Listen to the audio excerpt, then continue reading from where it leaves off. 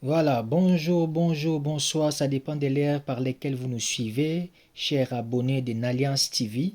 Nous vous disons merci et en vous demandant en même temps de partager cette émission, c'est très important. Aujourd'hui, nous sommes le 6 juillet 2025, c'est un dimanche, donc nous voulons vous partager cette information qui est un peu pour nous pertinente. Donc, car nous savons que le peuple congolais qui habite à Kinshasa et aussi partout dans le monde, en Belgique, en France, en Hollande, pays, donc disons Luxembourg, donc Londres, partout aux États-Unis, Mexique, donc en Australie, en Afrique entre autres, Angola, Brazzaville, partout, partout, puissent comprendre les enjeux et de ce qui se passe. Parce que depuis le 27 août, la signature a été... Donc disons depuis que la signature a été faite depuis le 27 juin, donc jusqu'à aujourd'hui, on n'a pas encore eu la suite. Est-ce que ça va passer? Est-ce qu'il y aura déjà la paix? Est-ce que qu'est-ce qui est déjà mis en place? Voilà. Et donc c'est pourquoi nous allons voir les deux messieurs que vous voyez, des journalistes congolais. Donc un à votre gauche. Donc au départ c'est monsieur Louis France et puis au milieu c'est Israël Mutombo de Bossolo TV, une télévision. Et puis au milieu là nous voyons le ministre donc de l'information, donc Mouyaya. Et puis à votre, bien sûr à votre droite, donc il y a son Excellence Madame la ministre des Affaires étrangères, Thérèse Kaikomba. Donc, ils vont poser une question. Ici, la question d'Israël m'a beaucoup plus intéressé quand il demandait plutôt pour savoir si quand est-ce qu'on peut donc s'attendre ou soit attendre la paix en question. Donc, et la réponse aussi de Madame la ministre m'a beaucoup plu parce que ce n'est pas l'accord papier signé qui va directement plutôt mettre fin à la situation qui se passe à l'est du Congo, entre autres au Congo complètement. Donc il faut des procédures, des processus à mettre en place pour permettre que des choses puissent être implémentées et que chacun respecte son côté. Pour respecter, il faut des procédures à mettre sur place. Et sa réponse a été aussi vraiment bénéfique. Je vais vous laisser suivre. C'est parti. La parole a été démocratisée. Madame, j'ai constaté que vous avez du mal à vous débarrasser des textes. Il faut poser des questions. Oui, s'il vous plaît, s'il vous plaît, s'il vous plaît. Posez votre question, ce n'est pas une tribune pour des interventions. Vous posez votre question, on viendra dans votre plateau pour donner les détails. Mais ici, il faut poser votre question et on vous donne une réponse. Excellence, Madame la ministre d'État, nous sommes ici dans une matière précise de négociation en sociologie des conflits.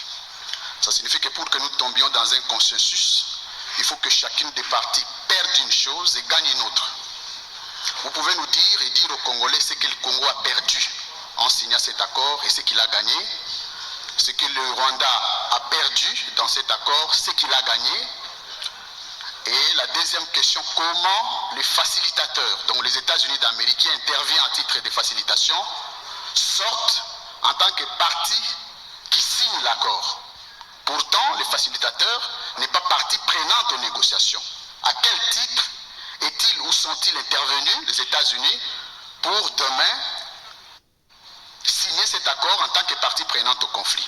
Okay. Alors, la dernière question, je Non, c'est juste deux questions. Madame, s'il vous plaît. Madame Dino, la dernière. Merci beaucoup. Merci, monsieur. On viendra dans votre plateau, monsieur Kousikessa, s'il vous plaît. Et puis ce sera Madame Alexandra Branjon de RFI. Merci pour la parole. Est-ce que Madame parle lingala ou on reste en français? Malheureusement, aujourd'hui, les questions se poseront en français. Je répondrai évidemment de questions en lingala. Non, on reste en français, il n'y a pas de souci. Alors, je suis curieux, je reviens par rapport à la question des FDLR. Je veux savoir la neutralisation des FDLR et les désengagements des troupes rwandaises. Ce seront concomitamment, où il faut d'abord finir avec la neutralisation des FDLR avant et le début du retrait des troupes rwandaises. Ça, c'est la première question. La deuxième, Pourquoi avoir quitté le cadre multilatéral pour une démarche bilatérale dès lors que plusieurs pays interviennent dans la crise sécuritaire en République démocratique du Congo? Et puis pour terminer, pourquoi avoir quitté les cadres multilatéraux? Quel cadre multilatéral la ministre d'État demande? Pour avoir un peu plus de précision sur votre question. C'est-à-dire, bien avant, il y a eu... exactement. Évidemment. Parce qu'avant ça, il y avait loin. Exactement. Alors pour terminer, j'aurais bien voulu qu'on lise dans l'accord le point 6. C'est de là que je ressors ma question. Le point 6, alinéa 1, intégration bilatérale. Intégration bilatérale. Dans le cadre, le parti lance et barre ou élargisse la coopération sur des priorités communes, telles que la gestion des parcs nationaux, les développements hydroélectriques, les dérisquages des chaînes d'approvisionnement en minerais, la gestion conjointe des ressources dans le lac Kivu et des chaînes de valeur minières transparentes et formalisées de bout en bout de la mine au métal transformé qui relie les deux pays en partenariat, les cas échéants avec le gouvernement et investisseurs des États-Unis. Par rapport à ça, je voudrais d'abord comprendre l'esprit de ce point, mais aussi la gestion conjointe sur les domaines miniers pour arriver à certifier nos matières minières. Était-il impérieux d'associer le Rwanda? Pardon? Encore plus fou. Pardon? Encore plus fou. Je disais, la question, celle qui est liée à la gestion conjointe sur les domaines miniers, pour arriver à certifier nos matières minières, était-il impérieux d'associer le Rwanda? J'ai pris la question par rapport à l'article, le point 6, premier alinéa, que je viens de lire tout à l'heure. Voilà, merci. Donc, 3 questions. La première question sur la concomitance FDLR, retrait de mesures de défense. La deuxième question sur le processus bilatéral. La troisième sur le cadre d'intégration économique. Allez-y, Mineta. Merci beaucoup. Donc la question de la concomitance, encore une fois, j'ai essayé d'expliquer auparavant que le CONOPS reconnaît les préoccupations sécuritaires des deux pays et les traite justement de manière égale. C'est pour cela qu'il y a cette question cet aspect de concomitance. On ne peut pas parler, si vous voulez, d'une neutralisation des FDLR et ensuite un désengagement des forces. C'est comme pour dire qu'une question est plus importante que l'autre. C'est pour cela que cet aspect d'une concomitance est repris dans le CONOPS. Évidemment, la réalité est aussi... Concomitance en français facile. Concomitance, c'est en même temps. En même temps, on a le CONOPS est divisé en 3 phases. Chaque phase a 30 jours. Dans ces phases de 30 jours, on regarde côté FDLR, qu'est-ce qu'on va faire? Côté RDF ou côté forces armées rwandaises qui doivent se désengager, qu'est-ce qu'on va faire concrètement?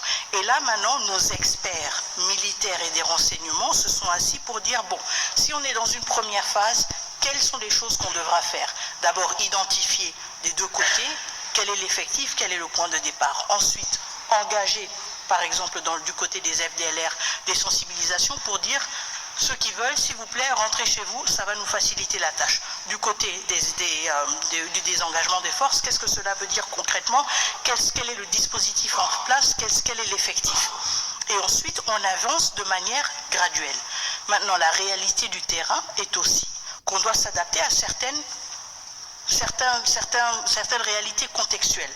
Ça veut dire, par exemple, quand on se projette dans une logique actuelle, parce que le CONOPS a été rédigé en octobre, et la situation a changé entre maintenant et octobre, on ne peut pas penser, par exemple, à une neutralisation, des FDLR sans une présence des forces armées congolaises dans les zones où ils opèrent. Et donc, on ne peut pas penser à une neutralisation des FDLR sans un désengagement des forces armées rwandaises. Et donc, c'est justement là où nos experts militaires travaillent ensemble pour dire si on veut atteindre tel objectif, eh bien, on doit être conscient que l'autre partie doit avancer sur certains points. Et c'est ça l'esprit de la concomitance, ou l'esprit du fait que tout se passe en même temps.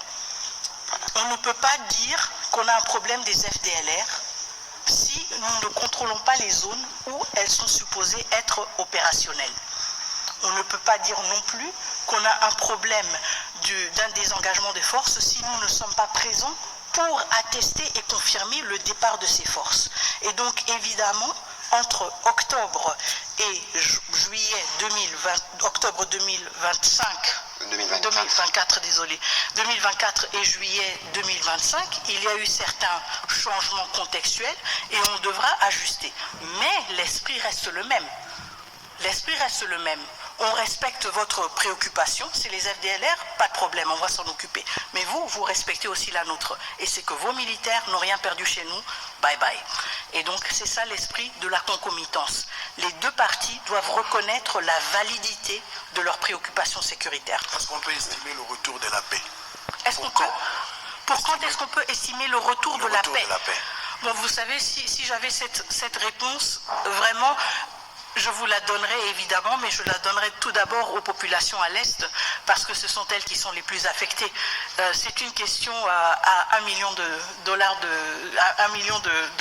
Je n'ai pas la réponse à quand est-ce qu'on peut estimer le retour de la paix. Ce que moi je peux vous dire, c'est que du côté de la République démocratique du Congo, à travers la signature de cet accord, à travers tous les actes politiques que nous posons, à travers notre mobilisation, nous sommes déterminés à œuvrer pour un retour de la paix dans les plus brefs délais. Maintenant, la responsabilité, c'est une responsabilité partagée. Voilà, la question sur